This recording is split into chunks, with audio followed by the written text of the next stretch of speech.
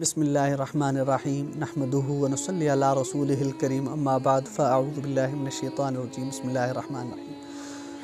तो रजबुल मुरज्जब का महीना शुरू हो चुका है, तो इसमें और आमाल और वज़ाइफ के साथ साथ नमाज की भी पाबंदी और अपने अल्लाह को राज़ी करना, अज़कार की पाबंदी, इस्तिग़फ़ार की कसरत, दुरूद पाक की कसरत, इन चीज़ों का एहतमाम किया जाए।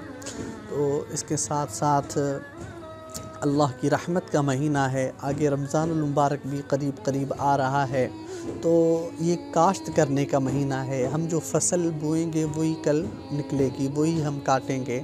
तो ये हम आमाल जो जो करेंगे उनके असरात, उनके फ़वाइद जो है वो आगे हमें अल्लाह ताला अजर की सूरत में हमें अता फ़रमाएँगे। तो एक है अमल है और नज़र बद का इलाज है, वो आप हज़रात की खिदमत में पेश करना चाहता हूँ। नज़र बद का इलाज कुरान पाक में है कि वइन यकादुल्लज़ीन कफ़रू लयुज़्लिक़ूनक बिअब्सारिहिम लम्मा समिअु ज़िक्र व यक़ूलून इन्नहु लमजनून वमा हुवा इल्ला ज़िक्रुल लिल आलमीन।